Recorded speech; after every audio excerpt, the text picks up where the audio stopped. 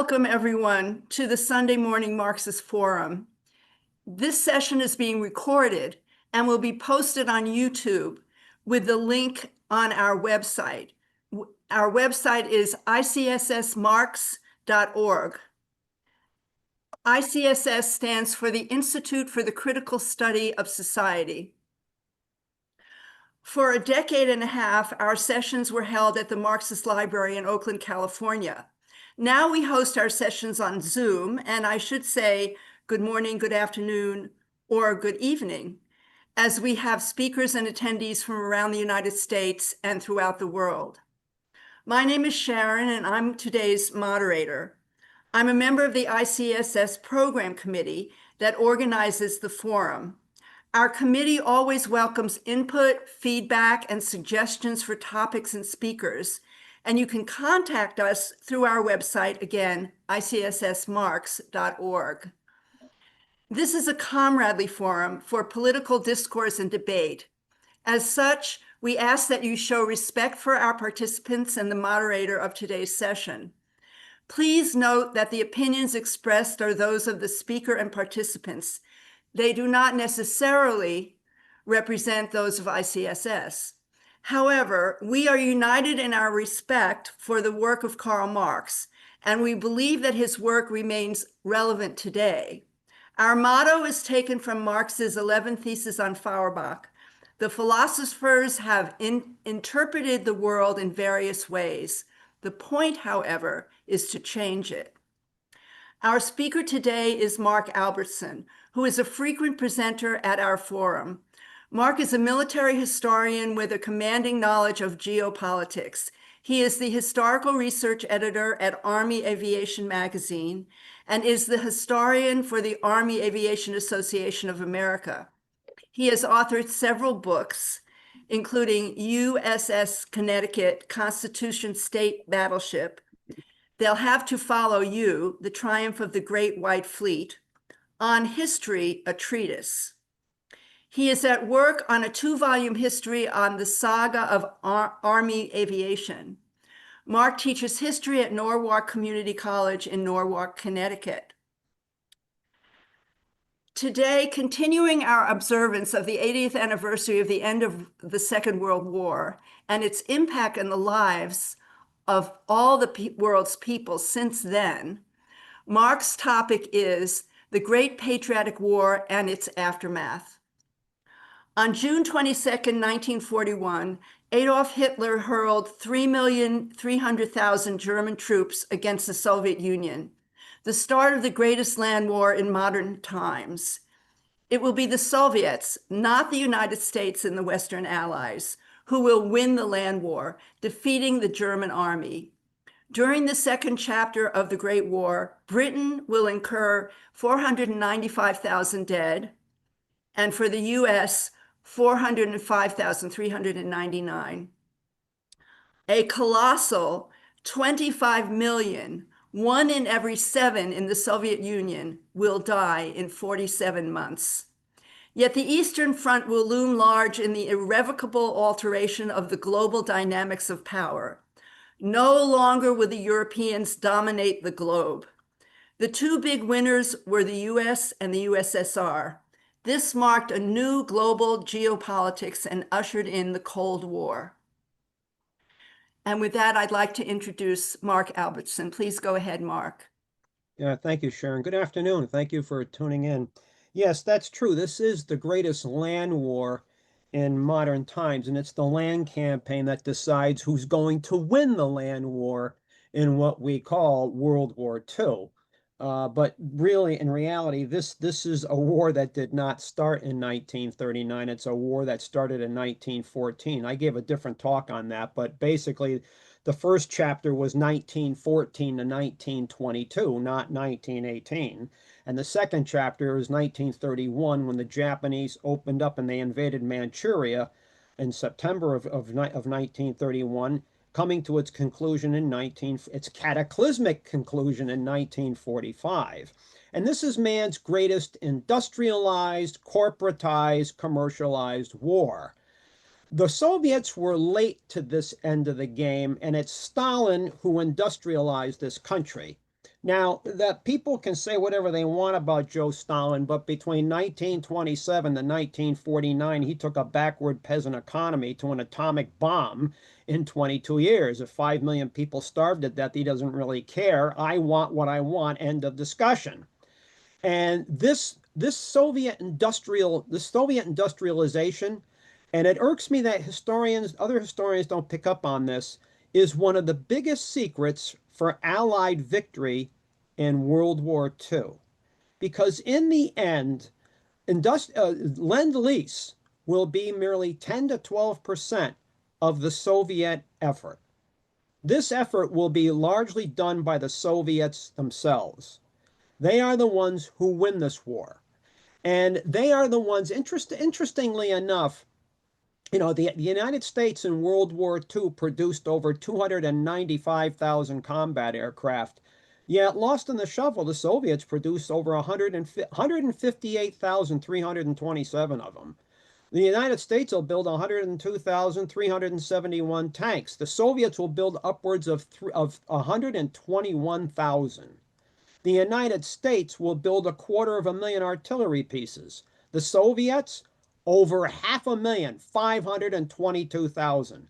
Now, to be honest here too, the United States has a two-ocean navy, has a strategic air force. The Soviets will eschew a navy overall, and they will not concentrate on strategic bombing. The British and the United States take care of that chore. The Soviets will concentrate on having an air force that supports the army. That's what they will do. In fact, they have a plane that denotes that. It's called the IL-2 Sturmovik. Arguably, Eddie Rickenbacker saw this plane, and arguably it is the greatest ground support plane, tank buster of the war. Even had armored undersides to it. Almost like in fact, some people used to call it the flying tank. It is the most produced combat plane in history at 36,183 copies. And it was a superlative aircraft, mated up with the T-34 tank, which, by the way, was the best tank made by any Allied power. Maybe the fit and finish wasn't all that great, but the tank had sloped armor for a shell to bounce off from it. It had a diesel engine to cut down on the fire hazard. It had 19-inch treads where it could go through territory another tank couldn't go through, and went through a series of marks. But it is the most produced tank of the war, not the Sherman. The Sherman, there were like 49,259 copies made. The T-34, 54,550 copies. That's a lot of tanks. In fact, the largest tank-producing combine of the war was not Detroit, it was Chelyabinsk in the Urals, although the Russians had a slang name for it, Tankograd. Now, in 1940, September 1940, this is a pretty good place to start. Nazi Germany, Fascist Italy, and militarist Japan signed the Tripartite Pact.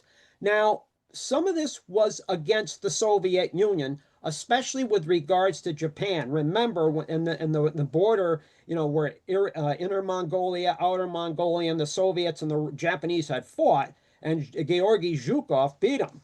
However, they're interested in going to the South Pacific. And the reason they are is the Dutch East Indies. That's where the oil is. That's where the oil is. So the Army and Navy are together here in Japan. We don't want to go into Siberia. We want to go south. This is also a message to the United States. Germany, Japan, Italy, we're all united here. Yet the Japanese are thinking, now it's fascinating what they come up with here during the fall of 1940. They want to take the Tripartite Pact and admit the Soviets into this. And they had spheres of influence. In fact, I've been giving a talk lately called Greenland, Canada, and the Panama Canal. And I got into the idea that perhaps Trump is trying to develop spheres of influence between him, Putin, and perhaps Xi Jinping, because he knows the United States is declining. This is the Japanese in 1940. Let's admit the Soviets. They had spheres of influences for all the participants. They pitched this to Mussolini. They pitched it to Hitler. Hitler says no. He's already drawing up his plans to attack the Soviet Union, known as Operation Barbarossa. In fact, if you read Mein Kampf, Hitler wrote, "The future of the Reich is in the East, not the West." Now, why is that? That's where all the resources are. I mean, he's no different than the leader of any other great power that wants Eurasia. Even today, that's the target. You think the CIA doesn't have plans to break up the Russian Federation? Why? Because that's where the resources are. That's where the oil, the gas, the gold, the silver, the uranium, the tungsten, the manganese, the iron ore. Ukraine is a breadbasket. What do you think Hitler wanted this for in 41? It's the same show. This is still My Fair Lady. It's just a different cast of characters. That's all this is. The same play. Man can't seem to get off the merry-go-round. But Hitler's going to invade the Soviet Union. And again, as was made in the introduction, at 03:15 in the morning, June 22nd, 1941, three big armies, Army Group North, Army Group Center, Army Group South, 3,300,000 German troops attacked the Soviet Union. Now, what happened here on the first day? Get this, the first day. The Luftwaffe destroyed 1,400 Soviet aircraft, 600 the next. The entire frontline strength of the world's largest air force is now wiped out. On the first day, the German army, probably the best army in the world at this point, the German army wiped out 3 Soviet infantry divisions. We're not talking battalions, regiments, or brigades. We're talking whole divisions. 3 wiped out, 5 others cut to pieces. 100,000 men are off the board in 24 hours. In a week, Heinz Guderian, the great armor theorist, is 1/3 the way to Moscow. He's over 200 miles deep inside the Soviet Union with his tanks. In 2 weeks, the Soviets have more dead than this country will lose in the entire war. In a month, the Germans have captured an area twice the size of their own country. Now, this is not an impending military defeat. It is turning out to be an unmitigated disaster. And so at this point, Stalin gets up and leaves. Now, you wouldn't think this is Stalin. And so he gets up and leaves and goes to his dacha. They're leaderless. They're rudderless. Well, they have to go get them. Now's the time, if you don't like them, now's the time to get rid of them. Boris Saprashnikov, Vyacheslav Molotov, and representatives from the NKVD. Now, I don't know about you, but if the chief of the KGB was on my doorstep at 9 o'clock in the morning, this is not the start of a good day. And so they find him. He's unshaven, somewhat disheveled, and they tell him, "We need you." He thinks otherwise. They're here to knock him off. "No, we need you." He gets his guts. He goes back to Moscow. And on July 3rd, 1941, he gives what you can call a rousing speech. And he titles this the Great Patriotic War. That was from Stalin's lips. Now, keep in mind what you're seeing here. Stalin's back because Russian Army Group Center here facing German Army Group Center is falling apart. Stalin takes General Popov and his entire staff and shoots them all, brings in new commanders. Now, he's not fooling around here, and you can't, not in this situation. Hitler, though, interestingly enough, and this is what really galled Heinz Guderian, stops the offensive. This is in August of 1941. He takes tanks from Army Group Center, sends them to the attack on Leningrad, takes other armor division, sends them to the south. He's interrupted the offensive on Moscow. And so Guderian says, "Just give me the tanks. I'll get to Moscow. Let's get them before they wake up." And that's not what Hitler's going to do. And so by the time September, the end of September rolls around, Hitler brings the tanks back from north and south and gives them to the Army Group Center. And now they begin the run to Moscow. Let's get this over with. Now, keep in mind something else you're seeing here. You know, what worked for the Germans and France the summer before will not work here in the Soviet Union. Keep in mind, take a look at a map and see how big France is compared to the Soviet Union. You know, France fell in 6 weeks. Of course, there's another difference here. Hitler's not fighting the French. He's fighting the Russians. That's different. And interesting here, Hitler will attack the Soviet Union with 600,000 motor vehicles. Keep in mind, he's got a weakness here. Germany during the entire war will produce only 400,000 motor vehicles. The rest of them, well, they were captured French and Czech trucks. They still have to use the horse. In the invasion of the Soviet Union, the Germans will use 625,000 horses. Now, understand something here. If Heinz Guderian is making 50 miles, 60 miles a day with his tanks, and some of his supplies are being moved up by horse, how many miles a day do you think a horse is doing? 15? 17? Let's be generous. How about 20? That means Guderian's got to stop periodically and allow the supplies to catch up. How about trains? You would think they would move their equipment by trains, right? The problem here is the Soviet tracking is of a different gauge than the European tracking, so you've got to rip up the tracks, lay down a fresh bed of tracks, and keep moving. Now, keep in mind here, by October 1, 1941, the Germans are on their way toward Moscow. Now, you've had your first freeze and you've had your first snows, but the middle of the month, you've had some rains and a thaw. 95% of Soviet roads are dirt. They're not paved. How do you think these roads are? That's another impediment here for the Germans. But once it gets cold, and once the ground freezes, Hitler's panzers are moving again. Now, keep in mind, into November, where do you think the temperatures are really beginning to go here? They're dropping, it's dropping like lead. And by November 26, 1941, his troops are beginning to encircle Moscow. Now note this, that's the same day the Japanese carrier fleet leaves northern Japan to attack Pearl Harbor. By the night of December 4-5, 1941, the Germans are only 15 miles from the Kremlin. They can see the spires of the Kremlin. And they don't know the Russians have brought in a lot of divisions from their Far Eastern Army and another 1,000 tanks.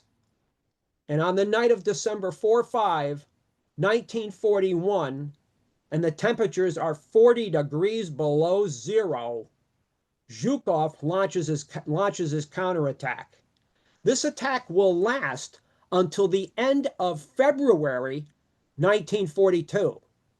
Yet, 2 days later, the Japanese bomb Pearl Harbor. Now, unlike other historians, I believe this is the turning point of the war. The Soviets pushed the Germans back 100 miles from Moscow.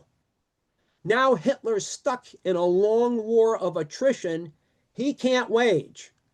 The Japanese have waken up the United States. They are now stuck in a long war of attrition they can't afford to wage. And you're beginning to see here, by 1942, the two countries that are going to win this war, the US and the Soviet Union, beginning to take control of it. And I'll give you an example. In 1942, Hitler's Germany will produce 5,997 tanks and assault guns. The Soviets, without our help, will produce 24,668. 13,500 of these were the T-34. Again, the best tank produced by the Allies. This does not bode well for the Germans, because what you're going to see develop here in the late August 1942, and it will end on February 3rd, 1943, the Battle of Stalingrad. Yet, interestingly enough, and we don't, and I criticize some historians for not doing this, the Battle of Guadalcanal in the Pacific. This is a battle of attrition against the Japanese. Stalingrad was a battle of attrition against the Germans, and they happen at the same time. Note the calendar here. The Marines landed on Guadalcanal August 742. Yet the Battle of Stalingrad starts near the end of August. Yet they both end about the same day. They both end about the same day. And so while the United States is sticking it to the Japanese and the Solomons, the Soviets are sticking it to the Germans in Stalingrad. Now, keep in mind, by February 3rd, 1943, in that 6 months, there were 1.9 million casualties. It's the costliest battle of the entire war. 1.1 million were Soviet. Yet, the Soviets inflicted such a loss of equipment on the Germans lost enough weapons and equipment to equip 1/4 of the entire German army. And they're not going to bounce back from this. The Japanese, their Navy lost 24 combat ships at Guadalcanal. The United States lost 24. Who do you think's going to replace these losses faster? The two victors. They have the industrial infrastructure you need to wage an industrialized war. That's what we're looking at here. That's what we're looking at. And so in 43, there'll be another big battle on the Eastern Front, the greatest air-land battle in the history of war. It's called Kursk. And at Kursk, there were 1 million Germans against 2.2 million Soviets. At one point, the Germans are losing 10,000 men a day. Get a load of that, 10,000 men. China can afford this. The Germans sure can't. And the Germans will run out of gas. And then Stalin's going to unleash his reserves and push the Germans clear across Ukraine back towards Eastern Europe. This leads to something that's very important here, and I want to get to this. The Tehran Conference. Churchill, Roosevelt, Stalin. Now keep in mind here, Churchill and Roosevelt, they're using Stalin here. You know, let's understand something. The British lost 903,000 dead in what we call the First World War.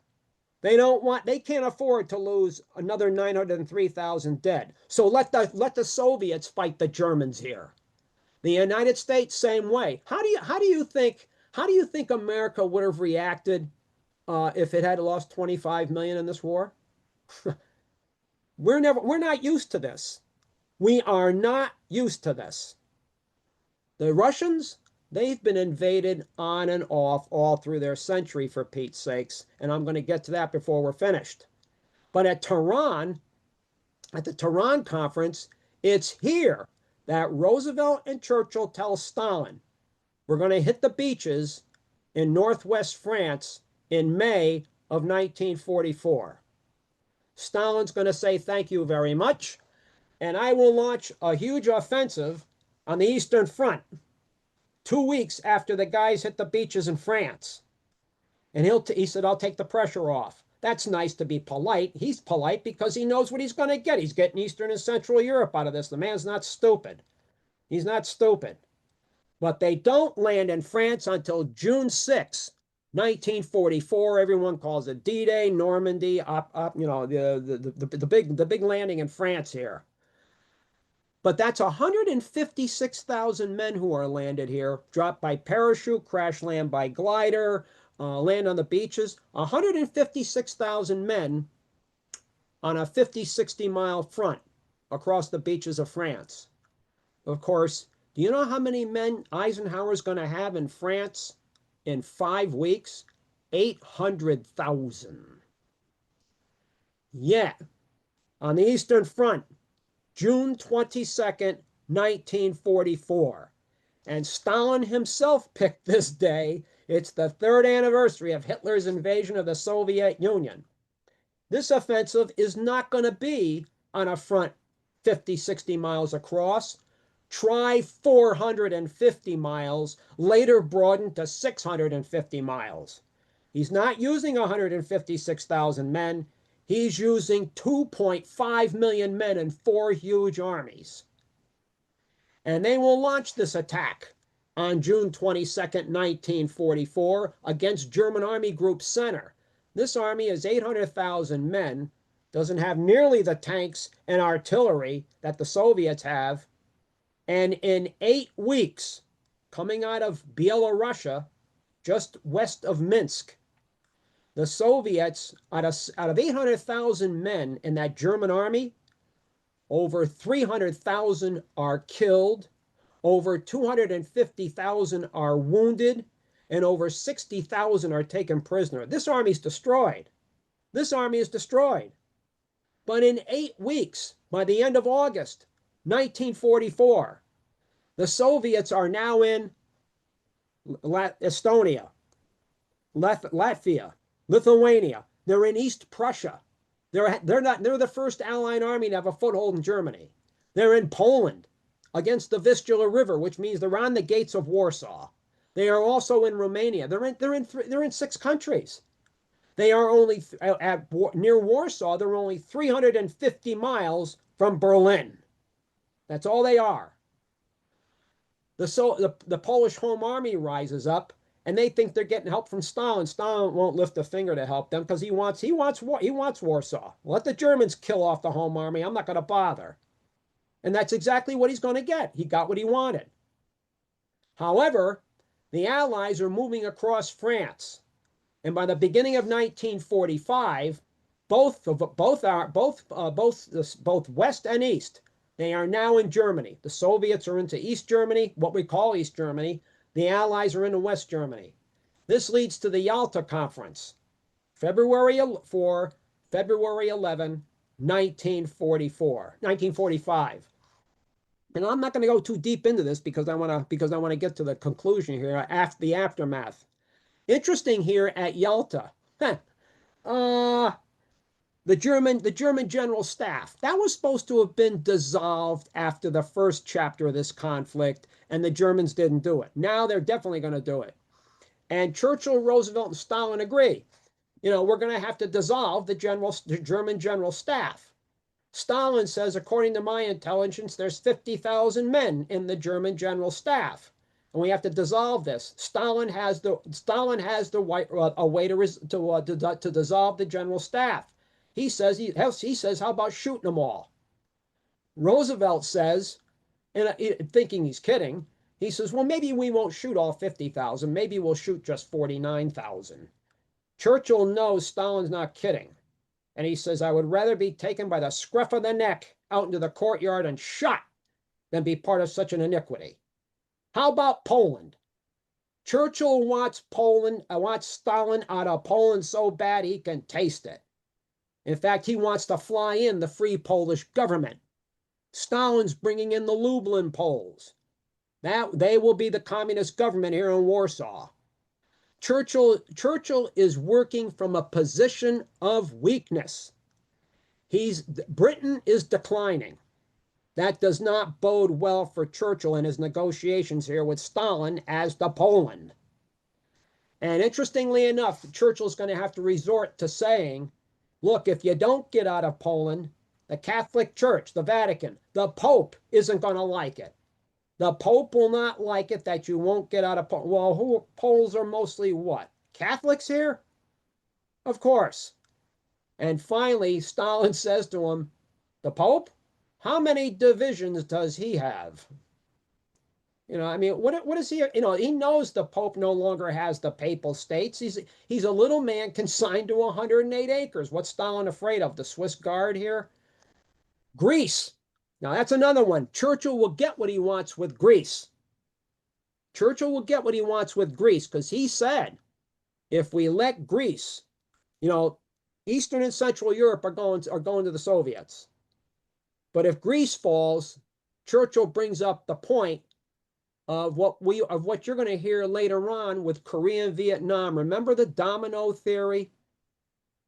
If we lose Greece, there goes Turkey, Syria, Lebanon, Palestine, Iraq, Iran, so on and so forth. That's what Churchill says. But Greece will stay with the Western camp, and Stalin sold out the communist guerrillas here, and they will be killed by the free Greeks, if they want to call them free Greeks. But they're that. So Greece will remain in the Western camp. But Berlin is going to the Soviets. No matter what General Montgomery wanted, no matter what General Patton wanted, they both wanted to take Berlin because that gets your name in the history books. Let's be honest here. It will be Zhukov in the end who gets Berlin.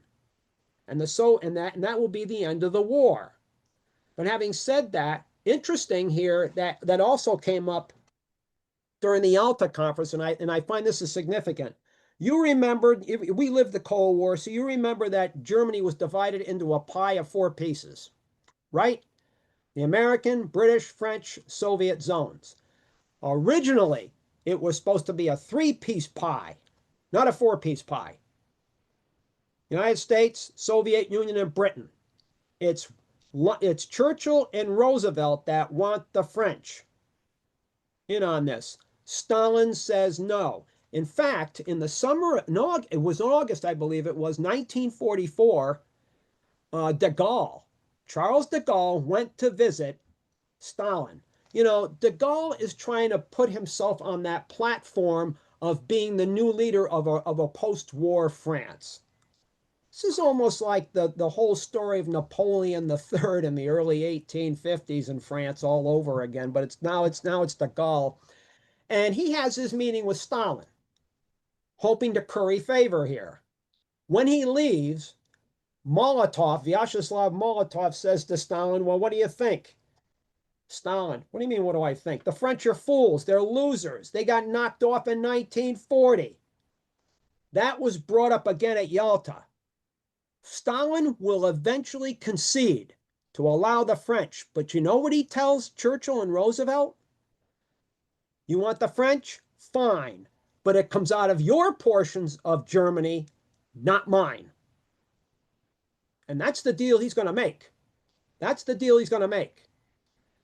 But now you have the beginnings of the Cold War. Now keep in mind here, Stalin was looking to move that border as far west as he could do so. He understands something that Putin understood when he took power.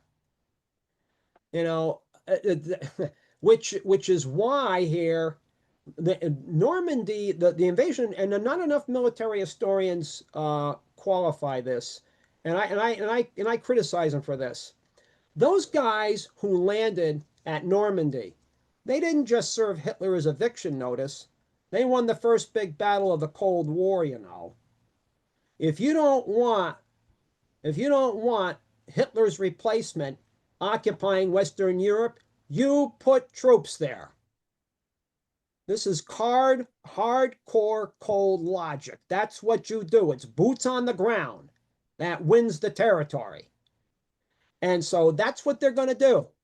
In fact, after the war was over with, Averell Harriman, the United States ambassador to the Soviet Union, right after Berlin fell, attended a function here. And during this function, he proposed a toast. Well, you know, he's the ambassador. He's going to do things like this. And he proposed a toast that I want to congratulate the Soviet people for this great victory. I want to congratulate the Soviet army for their victory over the German army, and I want to congratulate Mr. Joseph Stalin here for his leadership. Now, what do you think Stalin should have said? Gee, thanks to the United States, to the British, whatever. No, he didn't. You know what he told Harriman? Tsar Alexander got to Paris, referencing Alexander I when Napoleon was defeated. I got to Berlin and Prague. Alexander got to Paris. Now keep in mind, if you're in Washington and London, you are going to be telling Churchill and Roosevelt, of course Roosevelt's dead by this point, it's Truman you're going to be talking to, that you have to make sure that the West stays, that France in particular here stays with the West, because you're going to tell them Italy had a sizable communist party. Well, who do you think killed Mussolini here? was the communist guerrillas that killed him. France has a sizable communist party. Spain, even though it's Franco, sizable communist party. One thing in the post-war era here, actually in 1945, just after the war in Europe was over, when Ho Chi Minh didn't want the French coming back. He wanted the Chinese out and the British out. In fact, he thought he was going to get support from the French communists. You know what the French Communist Party did? They voted with the other parties to send troops back to Vietnam. How do you think? And remember your history here. Ho Chi Minh is one of the founders of the French Communist Party, 1920. Talk about getting it stuck to you. But what happened after the war here? The two big winners, you have a new balance of power. Everybody calls it the Cold War, but it's a new balance of power here. The British and the French empires, they're collapsing. They're collapsing. And so it's the Soviets and the United States. The lesser sent the Soviets because they got to dig out from the war here. This country, as mentioned earlier, will have 25 million dead. That's one of every 7 people who died in the Soviet Union. In fact, I have a study done here in 1944, and that show you how this really impacted this country. In 1940-41, there were 196.7 million people in the Soviet Union. For every 9 women, for every 10 women, there were 9.1 men. In 1945-46, for every 10 women, 6.5 men. 3/4 of those killed in the Great Patriotic War were men. Many of them in that age group 20 to 45. Aren't those the guys that regenerate the population? Aren't those the fellows who rebuild the roads, the bridges, the cities, so on and so forth? Correct, they are. And just so you know, in that period between June 22nd, 41 and May 7, 1945, 70,000 villages and towns had been wiped off the map in the Soviet Union. So some Americans here are beginning to think, well, we're facing a new Hitler. Stalin can't do it. He doesn't have the power. He's got to rebuild his country. Fortunately for the Soviets, a lot of their industry was in the Urals, beyond the range of the Luftwaffe.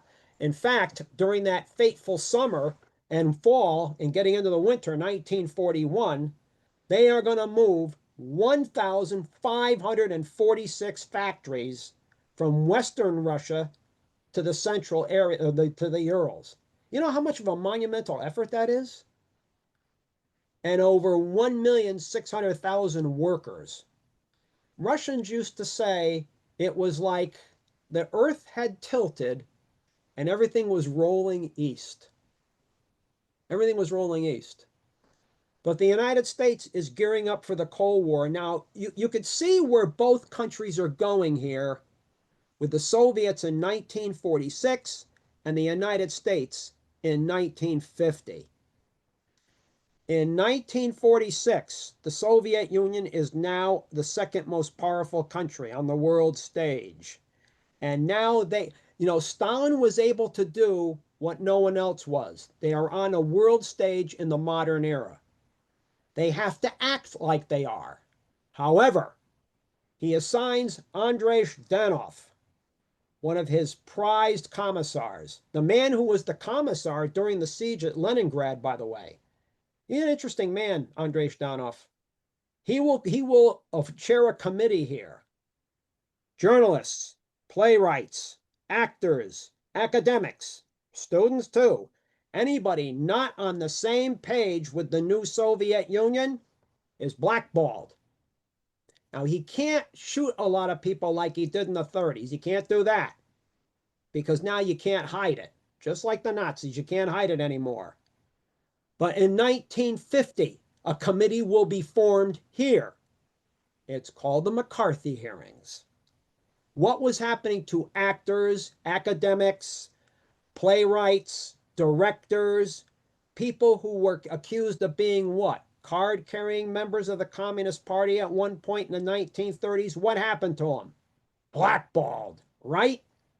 You see where both countries are going? You know, and I get questioned about this. Go back to the Marshall Plan, which Stalin is going to refuse. Why? Because he knows he'd have to be beholden to the dollar. The dollar is now the world's reserve currency. And like today, let's understand something here. American power is based on the supremacy of the dollar. Not a tank, not a carrier, not a jet plane. It's based on the dollar. In fact, right after the Yalta Conference, if you recall, and I mentioned this in another talk, Roosevelt, before he died, met with Abdulaziz ibn Saud, and the two made the deal. U.S. military protection for the kingdom versus preferential access to Saudi crude, and every president, be he Democrat or Republican, has catered to this agenda ever since. Welcome to the Middle East. Your job here is number one, to make sure the dollar remains the world's reserve currency, and number two, make sure the resources go west, not east. That's your job. That's your job. And also, you are now the caretaker of the British Empire. But Stalin understands something that Putin understands now. We are not getting out of Eastern and Central Europe. Why? History says so. Let's take a look. 1812, Napoleon invaded Russia. How did he get there? Poland and Ukraine. 1914, Germany invaded Russia. How did it get there? Poland and Ukraine. And let's not forget something. Poland had been wiped off the map by Catherine the Great by 1795, but now it's back in 1919 because the Austro-Hungarian Empire is gone. So they're resurrecting Poland. But the Poles are not satisfied with the territory they're getting, and so they invade Ukraine. And during the Russian Civil the Civil War in Russia, it's Trotsky's Red Army that throws them back from Kiev. And let's understand something too. As the Poles were moving east, they were slaughtering Jewish people by the bushel. Now's our chance to get rid of our Jewish problem. So Trotsky's army throws them back. But on June 1941, Hitler invades the Soviet Union. How? Through Poland and Ukraine. You see a trend here? I do. I certainly do. And so it's not just Stalin. You think it's just Stalin? It's the Soviet people, the Russian people too. We've been through this a number of times. I mean, let's understand something here. And I get criticized for saying this in some of my talks, but if the United States Southwest had been invaded 3 times in 31 years, do you honestly think Mexico would be a sovereign state? Your border would be on the Guatemalan frontier. And we would probably have a new fast food chain here called Tortillas R Us. That's how big powers work. Remember what Stalin said in the book Our Conversations, written by Miavan Gias. We used to have, him and Tito had a lot of conversations with Stalin during the war. Stalin said, people spread their societies as far as their armies can reach. It can be no other way. The man is right. In fact, that's owing to, in a way, to Georg Hegel. Remember what the German philosopher said? War is change, peace is stagnation. Why do you think man doesn't get off that merry-go-round for? However, in today's world, you see the mistake that the West has made here. Why do you think Putin went into Ukraine? You think he's here just to take it? No, he's not. When you go back to when the Soviet Union collapsed, let's start with that, and it became an independent state. It also became the world's 3rd-ranking nuclear weapons power. That doesn't go well in Moscow, London, or Washington. And so they're gonna get together with Ukraine and have discussions. They're going to come up with a by January 1994. They will have what's known as the Trilateral Agreement. The Trilateral Agreement was the beginning of Ukraine getting rid of its nuclear weapons. Now, how did they get these nuclear weapons? There were 30 Russian strategic bombers here, bear and backfire bombers, able to carry 415 nuclear bombs to the United States. Okay? And so those bombers will go back to Russia, the Russian Federation. The bombs will go back to the Russian Federation. But that's small potatoes here, because in the ground, missile silos, there are 136 SS-19 nuclear missiles, each with 6 warheads apiece. There are also 40 SS-24s rather, pardon me, each capable of carrying 10 warheads each. Those will go back to Russia. But what about the silos? Some were blown up, some were disassembled, others were filled with concrete and capped. The Ukrainians gave up their nuclear weapons. But on December 5, 1994, and this is critical here, the Budapest Memorandum, that's an interesting document to read, is signed by Ukraine, the United States, President Clinton, by the way, Britain, and Russia, the Russian Federation. They will sign this. Now, in this agreement is respect for Ukrainian neutrality, respect for Ukrainian political independence, respect for a free Ukraine. What's happened to Ukraine since 1994? Now, and again, I'll bring this up too. With Ukraine in the situation it's in, and they gave up their nuclear weapons, how do you think some smaller countries are going to think about nuclear weapons? And I'll give you a few. Israel, Iran, Pakistan, and let's not forget another one here, North Korea. All four know, and that includes Israel, all four know the signatures of the big powers on an agreement aren't worth the paper they're printed on. That's part of the problem you have here in Ukraine. You think the United States is here bringing democracy? Number one, I always have a problem with that word, because that word democracy is not in the United States Constitution. It was formed as a republic and not as a democracy. That to me is not even a starter here. We're here because of the resources. That's what we're here for. Trump isn't doing anything any different than Biden wouldn't have done. You know, talking about the precious metals. Well, in fact, already before Biden was out, how much money is it going to cost to fix Ukraine here? Hundreds of billions. Already, Bank of America, JP Morgan and Chase, and let's not forget Goldman Sachs here, Deutsche Bank, they're ready to front money here, but at what expense? Maybe the phosphates, the fertilizers, the wheat, precious metals, the resources. That's what they want. So are Ukrainians going to own their own country when this is over with? I mean, let's be real here, right? This is what you see as part of that aftermath of what happened here in 1945. The decline of the Europeans as the determinants of power is cataclysmic. Of course, this really begins in 1914 and finishes in 1945, man's greatest industrialized, corporatized, commercialized war. And I'll leave you with Lenin. Lenin said, before 1914, the next European war will not be one of those short, sharp conflicts between the monarchs for a little strip of land. It's going to be a long war. It's going to be a war waged by the capitalist, fought by the working class.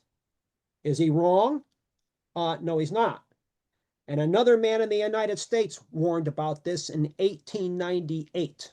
His name is Albert Beveridge. He was a senator in Indiana about the time of the Spanish-American War. America's introduction here as an imperialist power outside our borders. He said, he's an interesting man to get to know, Albert Beveridge. Whoever thinks that governments do not control price ought to ask themselves, why are the British still in South Africa, Egypt, and India? He's telling you that this free market message works on Main Street, with barber shops, convenience stores, gas stations, maybe so on and so forth. But whoever controls the steel, the iron, the gold, the silver, later on oil, gas, they control the price. And he warned, from here on in, the wars among the great powers will be fought for resources and strategic position. The great game. And that's what you're seeing played now. Hasn't changed. Only one more point. You are no longer in the Industrial Revolution. You are now in the technology revolution. Interesting. What a world. If anybody has any questions or observations or comments. Thank you so much, Mark. Please, whoever wants to join the discussion, raise your hand, and I'll try to call on people in order. Before that, we need to just say a little bit about our programs coming up. And does someone from the planning committee want to say something about that? Oh, well, next week, I can talk about next week. Raj, who's here today, is going to speak about the nation state in South Asia in the era of capitalist decline. And this is very important, and the role of nationalism, it will be at the forefront of Raj's discussion. Raj, did you want to say anything more about? No, I think you described it well. Okay, and then we're working on programs after that. So tune in again. Does anyone want to speak about our need for funding? We do have expenses. We have a website, and we have the expenses of making sure that these recorded programs are on YouTube. And so if you would like to help us, you can click on Buy Me a Coffee on our website and either give us a one-time donation or sign up for regular donations. Or you can contact us if you'd rather send a check. We're open to that, even though it's not popular these days. So I'm just going to look at the stack and call on people in order. So the first is going to be Raj, followed by Mike H., followed by Kit. Raj, go ahead, please. Yeah, Mark, thank you. It was very exciting. I like your style as also your materialist approach to history. So I enjoyed your talk a great deal. I wanted to Thank you, Raj. I want to tell you that on Stalin going away and losing his head and not speaking and so forth, that's not corroborated by Molotov. I don't know if Molotov is lying, but in his book, he was asked this question. The question was, it is written that he lost his head and lost the ability to speak in the first days of the war. I'm just quoting from the book. That Right. book is Molotov Remembers. And so Molotov response was, I wouldn't say he lost his head. He suffered, but he didn't show any signs of this. Undoubtedly, he had his rough moments. It's nonsense to say he didn't suffer, but he's not portrayed as he really was. They show him as a repenting sinner. Well, that's absurd, of course. As usual, he worked day and night and never lost his head or his gift of speech. So the person follows up. He says, how was he behaving? Molotov says, how did he comport himself? As Stalin was supposed to, firmly. Uh, so he said, Stalin did say, we blew it. And he was referring to all of us. It means surprise attack, that we were not prepared at the front. And there were reasons for not uh, taking a first move. This book that he has written, Stalin's Wars, the Scottish historian, he also says, I'm not going to quote from there, but the point was, for Stalin, it was very important not to be seen as aggressor because he was afraid that the Western imperialist countries would line up behind Hitler because they were all imperialists. So he wanted to make sure that 2 minutes. yeah, okay, that's it. So that's just wanted to say that when you got that from some book, I think it's written by many people. Molotov There, didn't agree with it. So you can yeah, well, in those meetings, he railed and yelled at everyone at that meeting. He said, we screwed up what Lenin started. well, Now, he said for everybody, including himself. He wasn't. correct, Yeah, but he did lose his focus. He'll regain it, but he lost his focus. At the same time, though, before the invasion of the Soviet Union, Georgy Zhukov tried to tell him, you've got too many troops up in the front line against a potential German attack. You need to move back the armor. So if the Germans do attack us, we have the armor to launch a counterattack and throw them back. Stalin said no. Now, let's understand something about Stalin. He's going to learn as they go along here, because again, the proof's in the pudding here. After the first part of the war, June 22nd, 41, till the end of February, you know how many men the Soviets are going to lose in the battlefield? 2 million. 4 million were taken prisoner. And by the end of February, 2,500,000 of those are dead. But what they're going to do is, and it sells the fiction to Hitler on the way to Stalingrad, Stalin's letting the men fall back.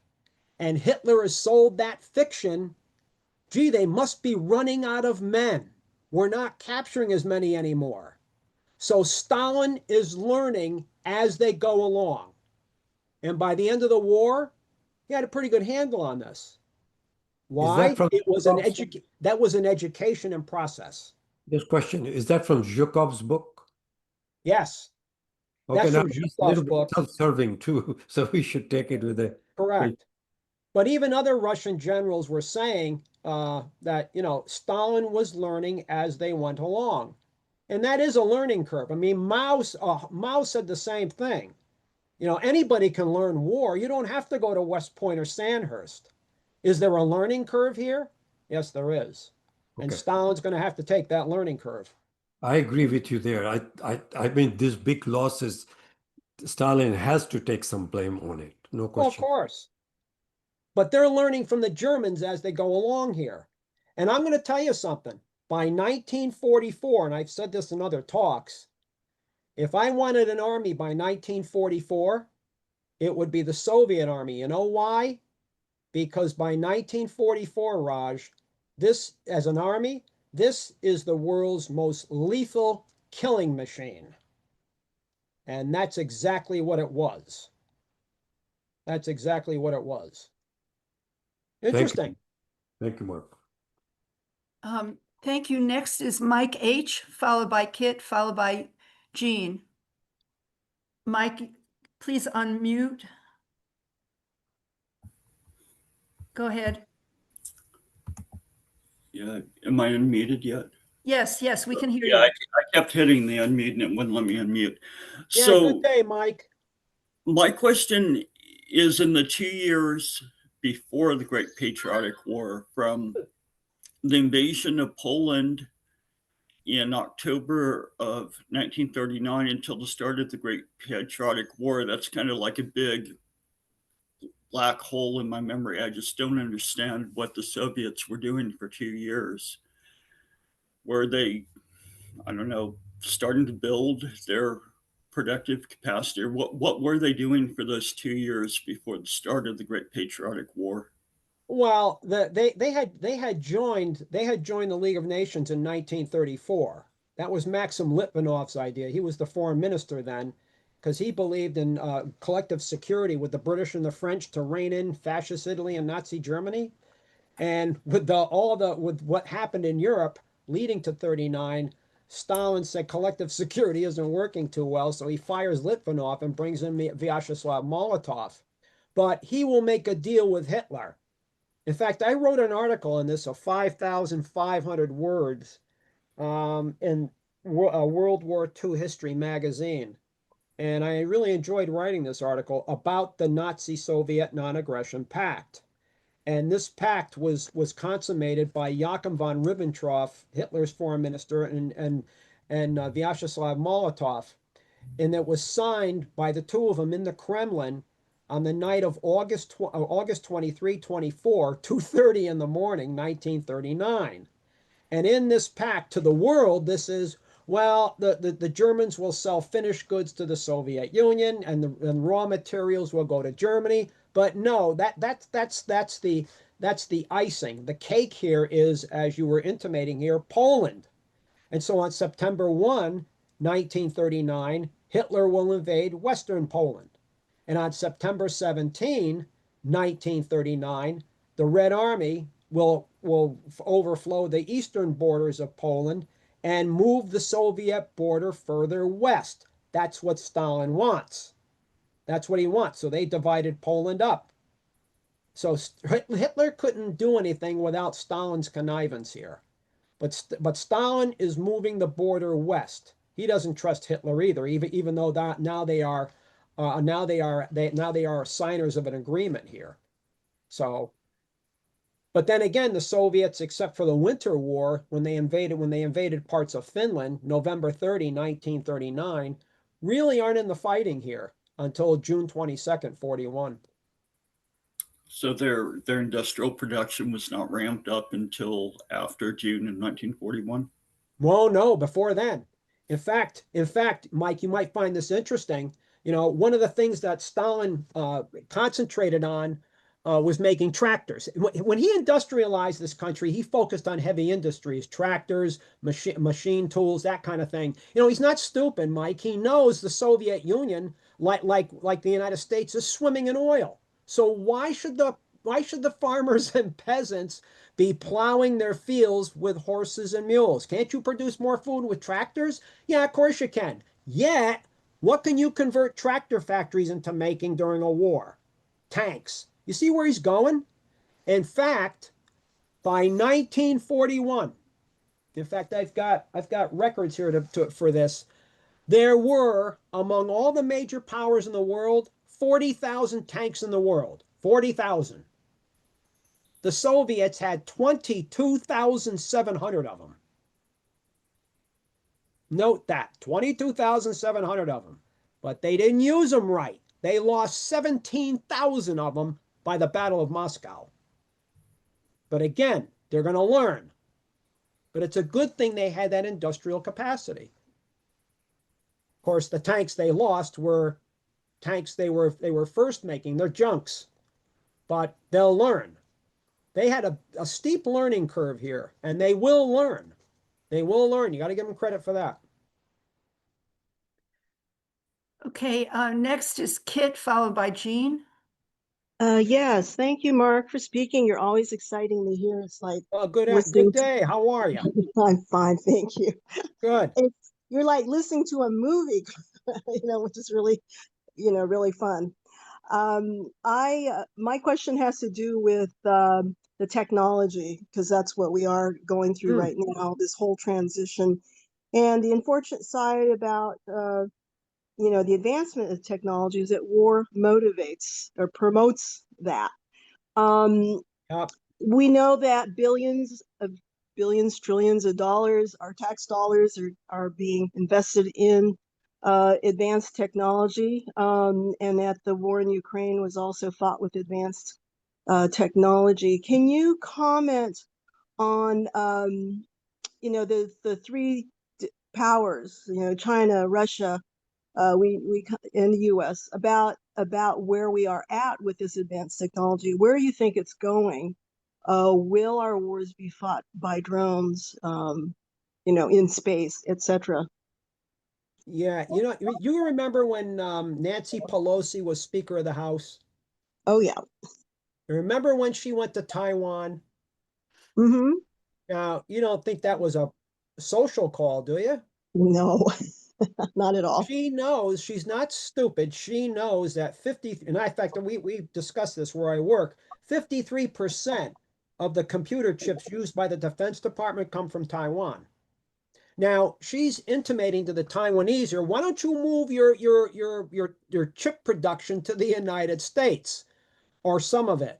Because that goes along with, at one point, what Biden will call the Build Back Better program. He thought about making Ohio the chip producing capital of the United States.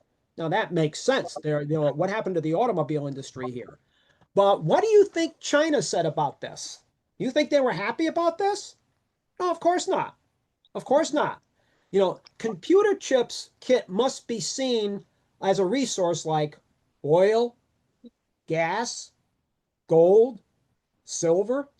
It's got to be considered a resource, because can you drive your car or operate your phone or your computer without chips? Well, how do you think some of these weapons are used by chips? China is interesting here because they're making sure that the Russians get the chips.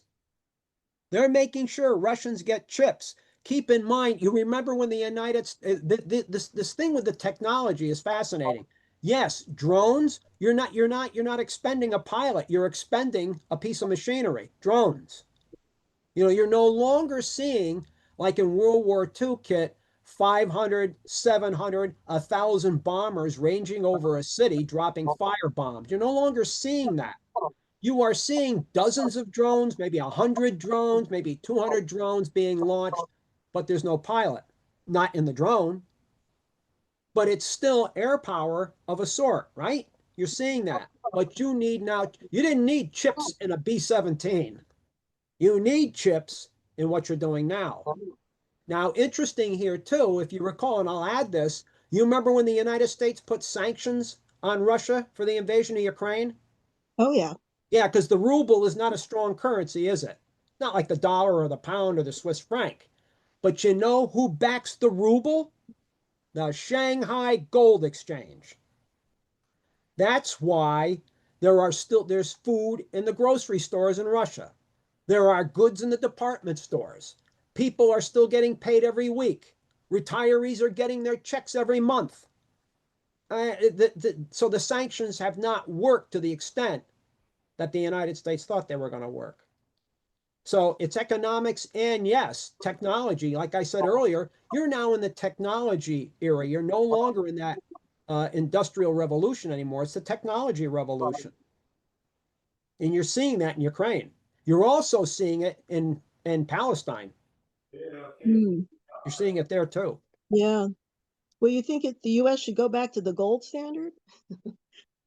We don't have enough gold to print all the money. The money has to be pegged to a certain amount of gold here, and I don't think you have enough gold and silver for that. So that money is based on your full faith in the United States government. How's that working for you? Not great. No, of course not. Thank you. Next is Jean, followed by Richard and Citizen. Go ahead, Jean. Hello, Okay, Jane. Mark, great talk. Thank you so much. And really, clarified a lot of points. Let me just say, first of all, I'm wearing my Veterans for Peace cap, and Veterans for Peace is, some people here know, is an organization dedicated to the abolishment of war. And Right. in order to do that, of course, we need to study war, just Right. like you need to study cancer if you want to abolish cancer. But a couple of points. One is, I don't think you mentioned the Bandera Brigade, the group of basically Ukrainians that fought on the side of the Nazis, which Correct. it's something it needs to be Correct. borne in mind. But also, latest news out of what's going on in Ukraine right now, they kind of see Zelensky as the apostle of freedom and democracy, and Putin and the Russians as the bad guys. And I Right. have a lot of trouble swallowing that. And I just want to know if you have any comments on what do you think about all that.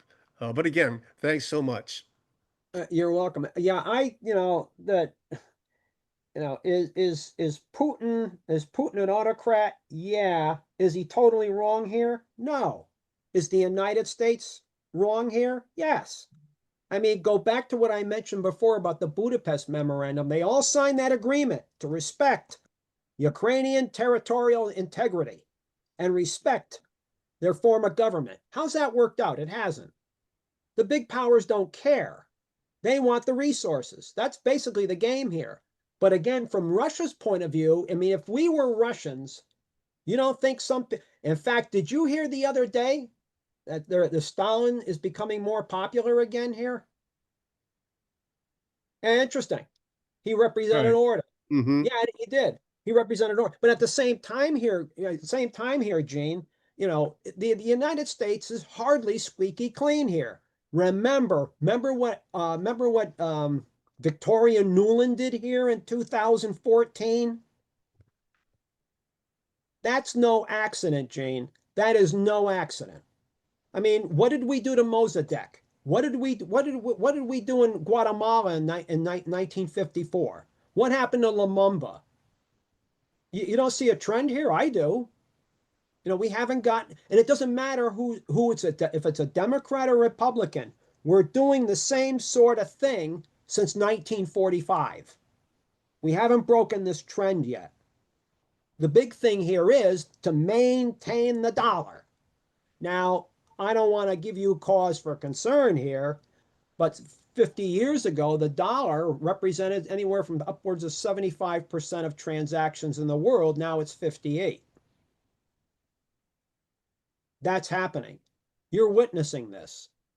In fact, you couldn't have the worst man in the White House to try to bring America back, because where is he going with it? It's declining. He's accelerated the descent. So whenever I hear him talking about Putin, he couldn't sit at the same negotiating table with Putin because Putin will eat him alive.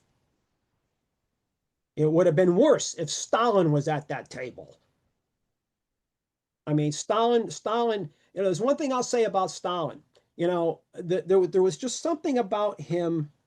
And I always tell people, I understand why they're interested in Churchill, Roosevelt, Mussolini, and Hitler. But I tell people, if you consider Stalin second rate, you're missing something. He was arguably one of the most interesting of that group. Stalin is. He's a fascinating study. I mean, Stalin's revolution was that industrialization of the Soviet Union that made it the power it will become after 45. If he didn't industrialize this, they were sunk. He wasn't stupid. And he knew the Versailles Treaty is the biggest fraud ever perpetrated on modern man. He knew this. And he knew that Russia was not ready for 1914. So what's the attitude here with Stalin? Not my watch. We're going to be ready. Well, they weren't quite ready. That's partly his fault. I'll give you that. But at the same time, they were able to survive, and they're the ones who beat the German army, not the West. They did that fight, and they did this largely on their own. Largely on their own. And they're going to pay for this. Big time. Big time. In fact, I teach a course called The Great Patriotic War. It's the only course, Gene, I've taught where every once in a while I would get somebody at the end of that course, it looks like they've had PTSD. They can't believe what they're hearing here. Though it's the losses that stagger them. It's the losses that stagger them. There's just nothing that can compare to this in the 20th century, like the Eastern Front. It's in a class by itself. When I talk World War II, I always say this is in a class by itself. It truly is. It truly was. There is nothing like it. Not in the 20. I mean, you can compare the Western Front maybe in France to this a bit, or what some of those Marines and GIs went through on those islands in the Pacific. But it's the size and the scope here on the Eastern Front. That's what makes it, the size and the scope. It's a huge, huge battlefield. And the Germans, quite frankly, didn't have enough men for it in the end. And they're going to lose 5 million dead here, besides the 25 million the Soviets lost. In fact, go to Germany, go to the military cemeteries, and what are you going to see? Gefallen Kursk, gefallen Stalingrad, gefallen Moscow, gefallen Lenin. 80% of the German dead here, soldiers, were killed on the Eastern Front. So who won the war? Who won the land war? The Soviets did. But they paid for it. They paid for it. But they're Russians. They're used to paying. Which, to me, I don't know if Americans would be willing to do that. That's just Thank you. Thank a you. comment I'm making. Thank you. I feel like I have PTSD from having lived most of my life during the Cold War and the American War in Vietnam. Richard, and then followed by Citizen of the Planet. Go ahead, Richard. There, Richard. There we go. Got to unmute. Hi, Mark. Thank you for your exploration of the Great Patriotic War. I had a couple. And we just scratched the surface. I know. I understand that. I'm going to approach that. I'm going to get into that a little bit. First off, have you seen? I posted this in the ICSS chat. I think the last time or the time before this. There's a chart by G0. It's called. Are you familiar with this? If not, I'll email it to you. Yeah. In fact, for those who have any afterthoughts, I put my email addresses in the chat. If you haven't seen it, it's actually a pretty good chart of World War II, of civilian and military casualties by country. It's really, I'll forward it to you. Yeah, do so. Okay, so what I wanted to get into a little bit here was what was going on before the invasion of the Soviet Union. One was that I think I read somewhere in the last couple of weeks that prior to the invasion, that dragon's teeth and barricades were set up along the the western border. I get the to help ameliorate or delay the German advance. Right. I mean, is there any truth? One, is there any truth to that? The other thing is that as I recall, there were negotiations. The Soviets approached both Roosevelt and Churchill, I believe, or maybe even about that they were aware that they were very suspicious of the Germans' intents, and they approached them early on for aid, and they were rejected with something like the comment being, "Let the Germans and Russians fight it out. It's all to our advantage." Are you can you comment on that a little bit? And Yeah, in 2 fact, minutes. in fact, because of the Germans were breaking the Enigma code, they warned Stalin that Hitler was coming. The United States with the magic, the purple code, they warned. Roosevelt will warn Stalin too that Hitler was coming. But let's understand something with the Japanese. That was not a military code they were breaking. That was a diplomatic code. I've been asked many times, well, they should have been better prepared at Pearl Harbor. Yes, but I have yet to find, and I've looked, for that document. Well, we're coming. I don't find that, but they should have been better prepared. Stalin too, but Stalin will say, because Zhukov, Shaposhnikov, said, well, they're warning us, and Stalin said, whenever the West tells you one thing, you do the opposite. yeah, They would like nothing better than to see Nazi Germany and the Soviet Union go to war, and then they'll just march in after it's all over with. That's what he said. But I think besides that, to me, the big mistake was, I think Zhukov was right. He should have moved the armor back 200 or 300 miles from the front, and then left infantry units up front to slow them down, and then he could throw the Germans back with armor. But he didn't do that. He kept everybody up near the front. So I think that's because Hitler, he was urged to go to Moscow right away. He didn't want to do that. He said Napoleon took Moscow, but lost it. What Hitler wanted to do is section off, as he advanced into 150, 200 miles deep, pockets of the large Soviet army, and then liquidate those pockets. That army won't be around tomorrow. In fact, they were, as far as Minsk, they were almost 2/3 the way inside the Soviet Union. Richard, they had 4 huge pockets. They had eight armored divisions and 32 infantry divisions surrounded. There's one problem with this. As the Germans are surrounding these pockets with armor, because they needed the horse to make up for the lack of trucks, they didn't have enough infantry to fill in the holes that the armor left. So there are Soviet troops escaping east. And so is that going to help cost them? Yes. Although they still captured by February 42, 4 million Soviets. 4 million. But that's going to change after this. If I could just interrupt you real quick, Mark.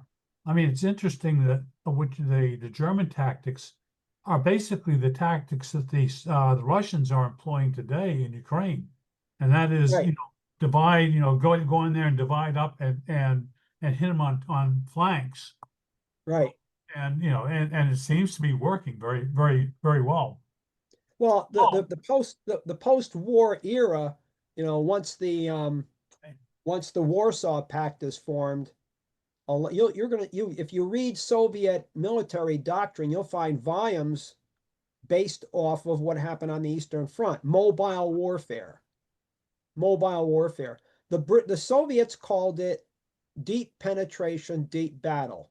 They knew they weren't going to win the battle. They knew they weren't going to win the war in one battle, but you destroy large pockets of an enemy army here, recoup, and then launch another attack. But you go deep behind the enemy lines and destroy what you've surrounded. Isn't that sort of like, okay, I've done my time. I'll shut up. I'm sorry. Okay. Citizen of the Planet, followed by Roger, followed by Hazel. Go ahead, citizen. Okay, yeah. First, a couple of comments before my question. Good afternoon. Good day. Yeah, hello. Yes, Sharon Rose, I certainly identify with what you said about PTSD with regard to the genocidal Vietnam War. I sort of feel a moral helplessness about this genocidal US-backed genocide that Israel has been engaged in. And Yeah, that's correct. yes, and I often wonder what young people who are growing up under this kind of foreign policy, how they will be able to deal with it in the future. My other question regards blowback. I'm sorry, my other comment before my question regards blowback. You know, I sort of see that if the US hadn't militarily intervened in World War I, a war in which there were no good guys, that I think there probably would have been no World War II. I think had Hitler not been a racial genocidal megalomaniac and had not the fascists in Japan not been genocidal maniacs, I think you could view both wars in a way as certainly Japan as defensive wars with, you know, the US and European countries having militarily attacked Japan to open its markets. And I don't think that Japan ever intended on defeating the continental US, just buying itself time to get the Europeans out of Asia. And I think, you know, World War II, Woodrow Wilson, the very racist so-called father of democracy, warned Britain and France that if you were too harsh on Germany, there's going to be problems in the future. And had the Nazis not been racist, genocidal people, it would have just been another European war. So those are my two observations about that. My question is, I certainly don't pretend to be an expert or even well-versed on Stalin. And perhaps because of that, I wonder if American leftists don't often romanticize certain leaders or leftist leaders or countries like China, which doesn't have any national elections. Past 2 minutes, but so continue with the question. Yeah, I'll wrap right up. Doesn't have national elections, not something we would accept, or perhaps romanticize Stalin. I certainly don't think China or Russia should be vilified, on the other hand. So my question is, what do you have to say about Khrushchev's renunciation of Stalin? Thank you. Well, let's, you know, Khrushchev is interesting because when Stalin began that program of industrialization in 1927, after the 1926 Party Congress, that's where he announced it, and that's what he was going to do, and he did it. There were many members of the party, like Grigory Zinoviev, Mikhail Tomsky, people like this, who weren't totally on board. And these are the guys he came up with Lenin. Well, he's going to get rid of a lot of these guys in the purges. However, he's going to bring new blood in who will conform to this agenda of his. People like Leonid Brezhnev, remember him? Alexei Kosygin, Nikita Khrushchev. This is the new blood. But of course, again, Khrushchev was actually later elevated to the political commissar of Ukraine. And I remember him seeing at the Battle of Stalingrad, going to see Vasily Chuikov, the commander of the 62nd Army, when the Germans had captured 90% of Stalingrad at this point. And he says to Chuikov, he says, I hope you understand what's going to happen to both of us if you don't hold here. And he's not talking about the Germans. He's talking about Stalin. And Chuikov says, I don't need a reminder. Yet, when the war is over with, he is eventually going to be the winner of that, we'll call it debate, to be Stalin's heir. And so he's looking for, if you remember, to open up relations with the West to get Western technology, which was not a bad idea from the West. So he's going to vilify Stalin, is what he's going to do. And he's going to bring back Georgy Zhukov, who was reduced by Stalin because he was a big hero during the war. He saw Zhukov as a threat. You know, all leaders do this. I mean, if you take a look at Hitler, you know, he's going to decapitate the SA because he thought Ernst Röhm was a threat. You know, this is what some of these dictators do. And so, is Stalin any different? No. Is Khrushchev any different after Stalin's dead? No, he's going to vilify him. He's got to build up, he's got to pat his own nest here. Although, let's understand something. After the Cuban Missile Crisis, guess what's going to happen to him in 1964? Brezhnev and Kosygin will take control of the Soviet Union, and Khrushchev is dethroned. He can go to his dacha, he gets his retirement, but keep your mouth shut. And so, like he vilified Stalin, he's going to get vilified too. Interesting how these things go along. They don't really change here, you know. And it doesn't matter what country it is.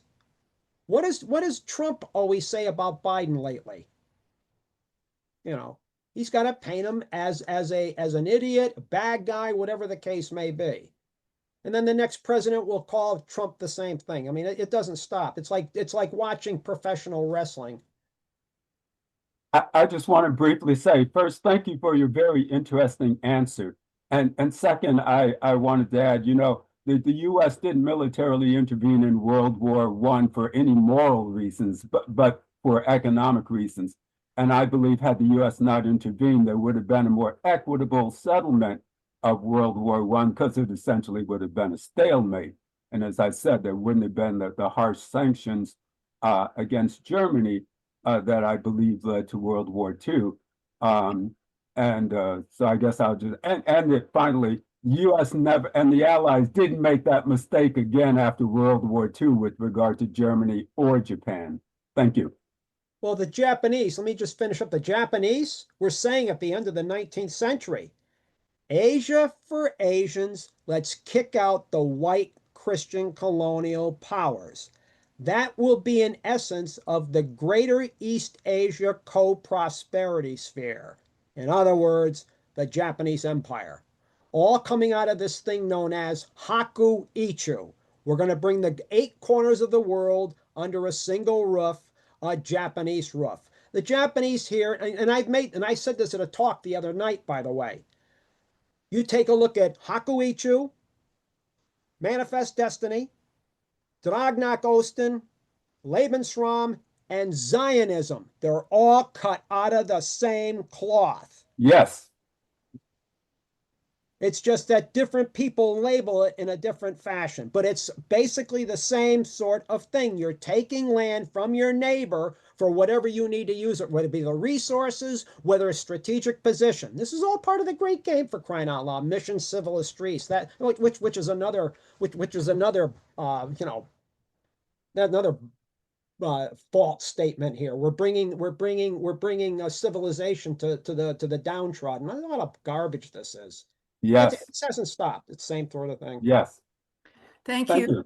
Okay, I'm going to call on Roger, followed by Hazel. Go ahead, Roger. Okay, well, Hey, thank you. Roger. Hi, how are you doing? Mark, really appreciate your talk. I'm always impressed, not only by your grasp of the particulars and the fine grain, but also your ability to synthesize that into the very large picture. So I Well, really I'm do having a lot of appreciate fun that. here. But in your talk, you spoke about the origins of the Cold War, and you spoke about that. And I was wondering if you could elaborate, like, to what extent did the Cold War start before the armistice itself?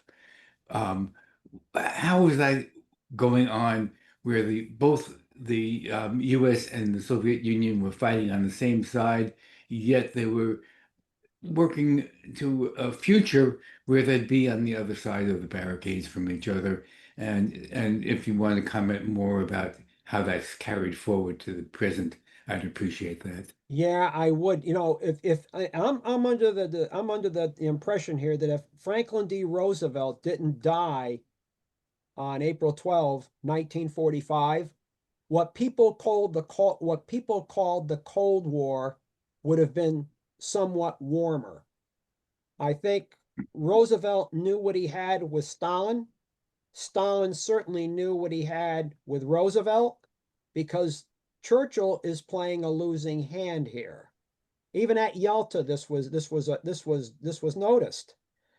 Having said that, and Stalin got his way with the 4 pie setup with Germany. You know, you want France in here, then you'll have to take it out of your territory allotted to you for Germany, not mine. But when Roosevelt dies, and for a Stalin, you have continuity here, and you have predictability with Roosevelt. You don't have predictability here with Truman. He doesn't know who Truman is. And I'm under the impression here that he got along with a man from America's royalty as president, then he's going to get along with a guy who was a product of a haberdasher.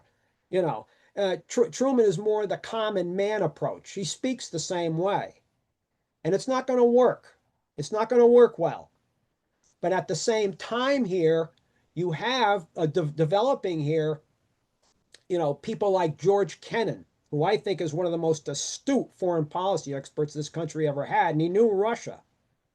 He said, in fact, he's a co-author of the Marshall Plan. Now, why do you have the Marshall Plan? You think we did this because we're nice people? We did this because we got 15 million out of 16 million men coming out of a uniform, and you darn well better sure have a job for them, or else you trained them to kill, right? So we're going to resurrect, with the Marshall Plan, we're going to resurrect Western Europe and Japan as dumping grounds for American goods. This is mercantilism of a form. This is what we're doing. And that the GI Bill will build the American middle class. But at the same time, one of the men who co-wrote this is George Kennan. George Kennan was the State Department policy planner. And you know what he's going to say in 1948? I've got this 19-page printout in my files. And one of the things he says here, that in 1948, we have 6.5% of the world's population. We control 50% of the world's resources. You don't think, he says, we are going to be the butt of envy and resentment. You don't think that's not true? If you're number one, don't people want to knock you off? I mean, I gave a talk 2 weeks ago and I had to bring this up. I said, what happens to Boston Red Sox fans every time the Yankees win the World Series? They get ticked off. And so it's the same thing. But he also states, since we are the number one power, we ought to cease these nonsensical notions of spreading democratization and raising other people's living standards. You're now a great power. Act like one. And that's exactly where this country's going to go. Exactly where this country's going to go. And in fact, he was against NATO. He says you don't want to put together a NATO because the Soviets are going to do the same thing. What did the Soviets come out with in 1953? The Warsaw Pact. Again, Kennan understood that Stalin was no new Hitler. He knew the Soviets couldn't do it. The Germans bashed them up. So why are we going to go into all of this militarization? That was Kennan. Don't trust the Soviets, but don't antagonize them. That was Kennan. In fact, he'll tell Bill Clinton, don't spread NATO in Eastern Europe. You're asking for a world of trouble. What do we have right now? A world of trouble. So it's people like that. Somebody asked me the other night, do you read Thomas Friedman, the New York Times? I said, no.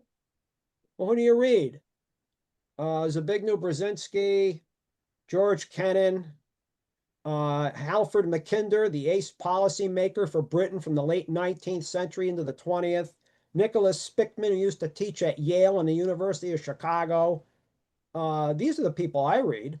If I really want to understand foreign policy over a long period of time, because Richard, Roger, that man does what? He repeats. He repeats. That's what these historians bring to the table, and maybe somebody like a journalist like Friedman is not. It's not exact, but man repeats. In fact, that one question Citizen of Planet One brought up, that's along the same lines that he's saying here. History repeats. And so we make the same mistakes over and over and over again. In fact, my Rosemary was telling me the other day, she says, gee, you ever think we'll get off that merry-go-round? I said, if we do, I said, I'm out of a job. Okay, next is Hazel. Thank you. I really appreciated your talk in general. I thought it was particularly helpful. Thank You you, Hazel. lining up dates with, like, for example, the Tehran meeting, to like contextualize some of the like geopolitical intentions and decisions on board there. Yeah, I guess, like, so my question is, fascism, as I understand it, right, can be defined kind of broadly as, like, I think Dimitrov says, like, the most, the open dictatorship of the most reactionary elements of finance capital, right? And I, know a little bit about how this comes into play, both in World War II, right, and like currently with, for example, plans not just to colonize Gaza, but to develop it, right? And I guess I was wondering if it's within the scope of this conversation, right, if you could elucidate a little more, like, what I think you mentioned, like, the sale of Finnish iron to the Nazis, right, what have you. But if you could elucidate a little more, like, beyond just, well, they were recouping from financial losses during World War One, how did, the needs of finance capital leading up to and during World War II influence, like, if not the moment-to-moment tactics and, like, broader military strategy for the fascists? Yeah, it's interesting. When you were in school, you were probably told on April 6th, I know I was, on April 6th, 1917, Woodrow Wilson got the declaration of war he asked Congress for on April 2nd. Now, part of this is, and there's truth to this, it's not like there isn't, there's truth to this. He had warned the Germans a number of times about unrestricted submarine warfare. That's not accepted then. That's not accepted then. You're sinking ships without warning. It will be accepted World War II, but it wasn't quite accepted then. There's truth to that, and I will concede that point. The other one, though, Hazel, is this war was so expensive. The British and the French are liquidating investments and assets in this country to pay for it, and they still can't afford it. In fact, J.P. Morgan, remember him? The Morgan interest, the banking interest here, cannot keep up. Get this, the Morgans can't keep up with the financial demands of the Allies here. Do you know in the middle of 1916, the British are $800 million. They have investment paper here that they're going to have to pay back. And then by December the same year, it's 1.6 billion. Can you imagine this? And so, interesting, Hazel, once we get into the war, and it's even brought up to Woodrow Wilson that if we don't get into this war, we might, and the Allies can't pay, then we might have a recession or depression in this country. And so and you know how much they're going to owe us when the war is over with? These figures were unheard of at the time. Unheard of. The Allies are going to owe us $11.5 billion. Imagine that. And that's when the dollar bought something. $11.5 billion. Do you know what's going to cost? That war is going to cost this country $2 million an hour? $2 million an hour. And this government's going to spend over $22 billion for the short time we're in this war. Believe it or not, Hazel, that's more money than the federal government spent from 1791 to 1914. We are in uncharted territory here. Uncharted. And on top of that, if the Allies are going to owe us that money back, Hazel, and Germany has to pay the Allies $33 billion after the war with a busted economy, how's that working? So what are we going to do? We are going to invest in Germany. We're going to put the dollar into Germany, buy German bonds, invest in companies, and as they pay back the Allies the $33 billion according to the Versailles Treaty, they will begin to pay us back. That's how it's going to have to work. But again, though, interesting, that's not just the money, Hazel.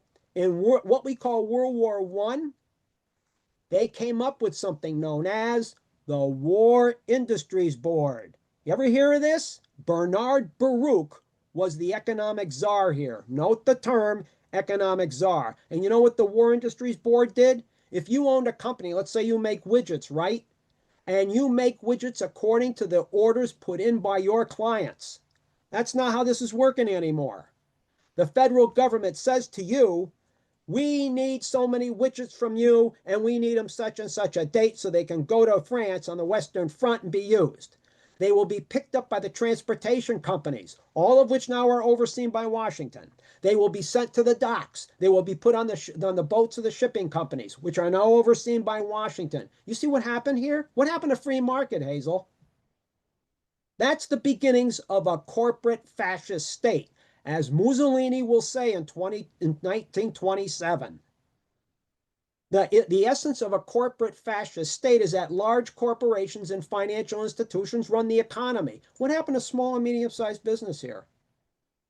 That's the essence of a corporate fascist state, which I have arguments with some people even today. We are the basic definition of a corporate fascist state going on decades. Forget Trump. Forget Trump. You know, you take a look at your economy. How many big oil companies you got now? How many big airlines you got now? How many big railroads you got now? How many big insurance companies you got now? You see what I'm saying here? They run their industries. That's what Mussolini was putting together. The big companies run their industries. And if you want to add insult to injury here, that was the essence of the National Recovery Act of 1933, 1934. You see what's happened here? What happened to free market capitalism? They like to talk about. What happened to that? Does it really exist? You say. I say it doesn't. Thank you, Mark. I'm going to call on myself, followed by Daniel. So a comment and a question. So I believe that the victory, that the demise of the Soviet Union represents the final victory of Nazism over the Soviet Union for two reasons. First of all, they lost their best cadre. Among those 30 million people, their very best cadre. And they never recovered from that. And I agree. And secondly, they were forced to build atomic bombs and have a huge military industry by the United States, which dropped not one, but two atomic bombs on the people of Japan as a warning to the Soviet Union. And so my question has to do, getting back to what you said about Roosevelt. Of course, we can speculate all day about what might have happened, but right. The fact that he died in April and Truman became vice president, by the way, you didn't say what is really key about Truman's politics is that he was a member of the KKK. Right. And that Roosevelt made that happen by ditching Wallace as his vice president. So are you saying that Roosevelt would not have dropped those atomic bombs? Oh, no, I'm not saying that at all. I'm not saying that at all. In fact, I'm giving talks on the atomic bombs in July and August. The two battles that really figure here are Iwo Jima and Okinawa. And those battles, they had 35% casualties. And Truman knows, and he's to a certain extent right here, the American public is not going to put up with casualties like that on the Japanese home islands. Let's keep in mind something here. The Japanese had 5,000 kamikaze planes waiting with 7,000 more in reserve. They took all their 4 million civilians who work for the Army and Navy, and they're going to arm them. They had the Japanese People's Volunteer Corps, all women 17 to 45, men 16 to 65, will be armed with bird guns, bows and arrows, punji stakes, whatever it took.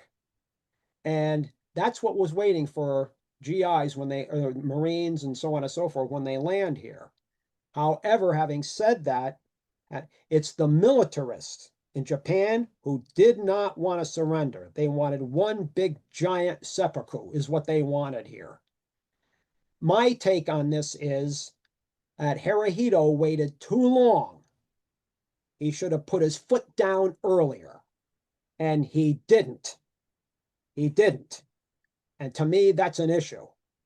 At the same time here, Truman's not stupid. He knows it was agreed to at Yalta that between Churchill, Roosevelt, and Stalin, that 3 months after the Germans surrender, the Soviets will get involved in the war in the Pacific. Now, understand, now, let's add to this, go back to what I mentioned about Germany.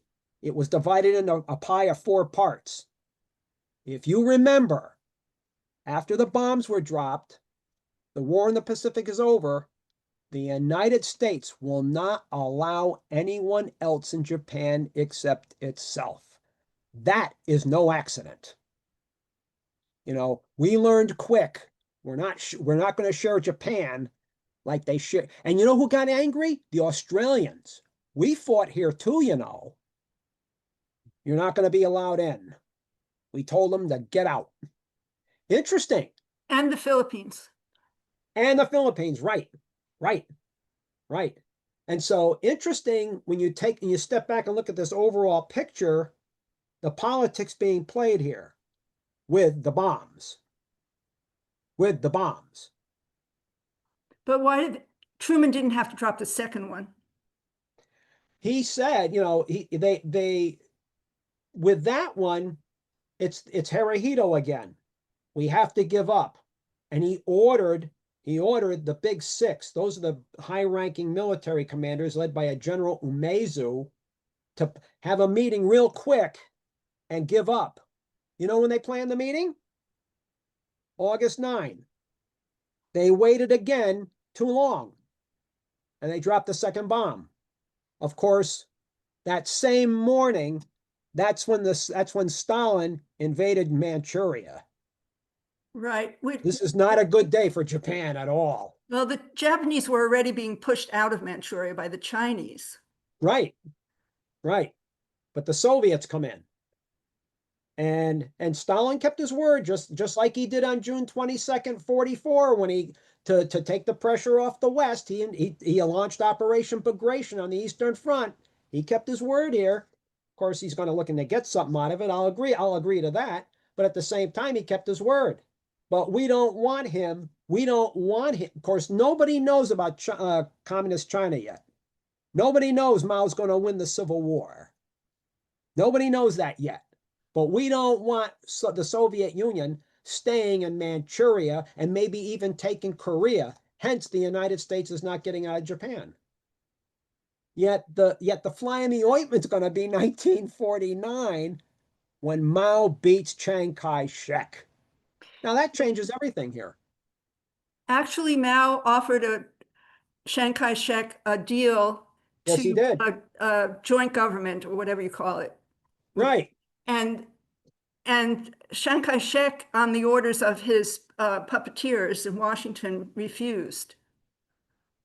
In fact, I brought this up because I've been giving talks on Okinawa, and I brought this up that going back to Vinegar Joe Stilwell, American general who was training the Chinese army for Chiang Kai-shek, was trying to tell the United States in various conversations that Chiang Kai-shek's a crook. A lot of the money, the hard taxpayer-earned money that we're giving to China is going south to the pockets. But he made a mistake. He used to call, in fact, it's in some of his diary entries. You know, remember Chiang Kai-shek was bald? Yeah, well, Stilwell had a nickname for him, Peanut. He made that mistake of saying that to his face, and he got fired. They sent him to Okinawa. And so, yeah, he got fired. But he didn't like Chiang Kai-shek. In fact, it's almost the same sort. There were some here who thought that we could work with Mao after the war. And the OSS said the same thing about, oh, we can work with this guy after the war. Well, what happened?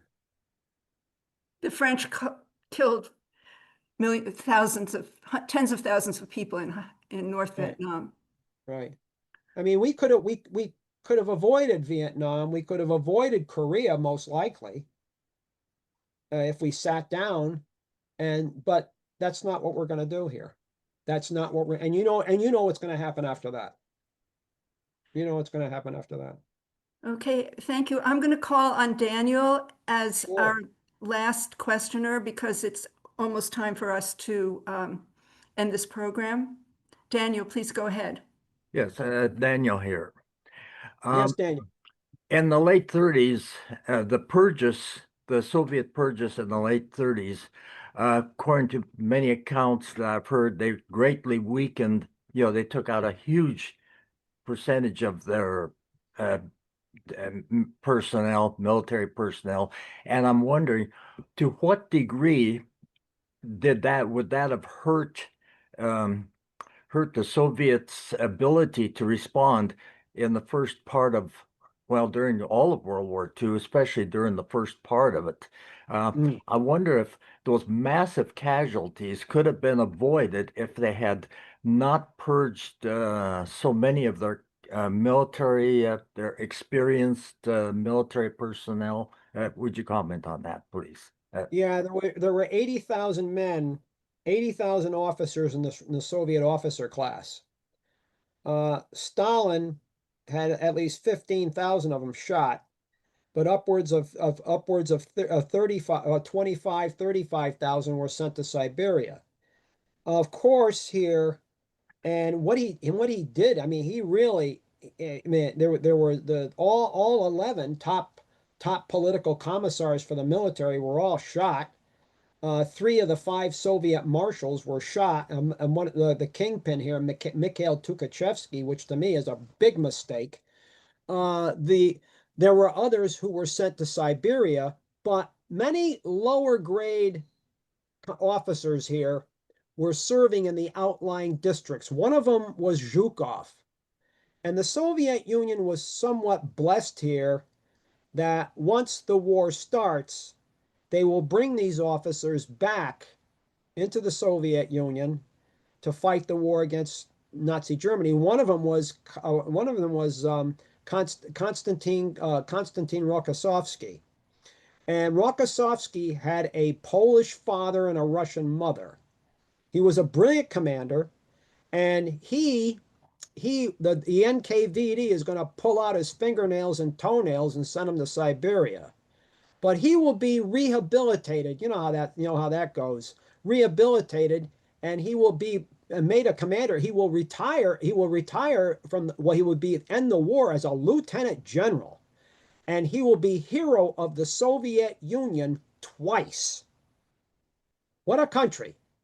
And he will later be the commander-in-chief after the war of the Soviet Army. He's an interesting man to get to know, but he was a brilliant commander, just like Zhukov was, Vasily Chuikov, the defender at Stalingrad, Pavel Ratmitstrov. They had a number of Nikolai Vatutin, although he died under mysterious circumstances in 1944. But Ivan Konev, they had some commanders that were every bit as talented as a Patton, Montgomery, Bradley. These guys were really talented commanders, and Stalin's only going to learn from them in the end anyway. So which is why I made the comment by 1944, the Soviet Army is the most lethal killing machine as far as an army goes. That's the army I would have wanted. That's the army I would have wanted. Nothing against the United States Army. It's just that in this area, they had that kill instinct. The Germans aren't going to survive this. And that's that old Mongol way of waging war. That's the old Mongol way of waging war. You want to beat this army? No, you exterminate it if you can. That way you don't have to go around the block again. Yeah. Interesting. That's why you don't fight in the East. Don't go to the East. Different ball game here. Different ball game. Anyway, anybody else have any? I had another one, Mark, if we have time. This is Mike. Yes, What Mike. I'm wondering is the intergenerational desire for revenge that is sometimes talked about, like the Chinese. What they're saying now is we had the century of humiliation and we're going to come out on top, we're going to get even. Or the thing in 1905 when the Russian-Japanese War happened and the Russians said, you know, we're going to get even with Japan for doing what we did. And it's happened all throughout history. I mean, you can go back to Alexander the Great, and the Greeks were taking revenge on the Persians for something that had happened 200 or 300 years before. So I'm wondering how this desire for revenge that's passed on to, you know, children and grandchildren, and how this plays out in some of what we're talking about. Yeah, you're onto something here because, well, you can include India here. Weren't they part of the British Empire? And now look at India today. It's one of the bigger powers here. But having said that, having said that, you see here with China, with China, they're coming on as a great power. They're rated number 2 economically here. But they understood, just like the United States understood when we made our run, that it's economics. You know, you needed to industrialize. Only today it's a technology, although you can't do it without industrialization, I'll give you that. But now it's the technology revolution. We came in towards the latter part of the industrial revolution, just like Stalin's Russia did. Now you're into the technology revolution, but the basic premise is the same. And you know, you can make the and people are people. You know, well, we're going to get back those people who were colonial powers, what they did to us. And let's understand something: China had been a butt of colonialism. If you remember the 19th century into the 20th, the West had occupied a lot of the coastland of eastern China. You know, they had carved it up like a Thanksgiving Day turkey. They really did. And this is again part of colonialism. And so now you're seeing 2 countries that had been the butts of colonialism, China, India, now taking their place on the world stage. What does that tell you about where the world's gone? That's fascinating. It truly is, you know. But in the end, let's understand something. People are people, Mike. If you stick them, they bleed. If they get young, they get old and they die. They laugh and they cry. Everybody, this is something with people. True, every country might have difference in social mores, courtesies, the way they do things, the way they raise their kids. Okay, I'll give you that. But at the same time, people are people, and I'm gonna say this. Even though China is no different than anyone else, it'll get to that point where if they want to take something, they're going to go grab it. Right. That's No, what, I get they're not going to be any different than anyone else. They might not be doing that really now, but let's understand something.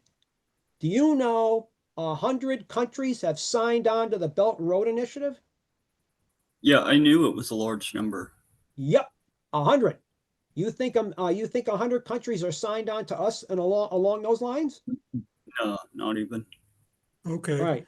Well, thank you. We seem to have lost our moderator. Yeah, And I think actually, it was time to end the program. Yeah. So we'll end the recording and thank everybody for coming and remind you to tune in next week and make donations on our website and review this program on YouTube and Rumble. Thank you, everybody.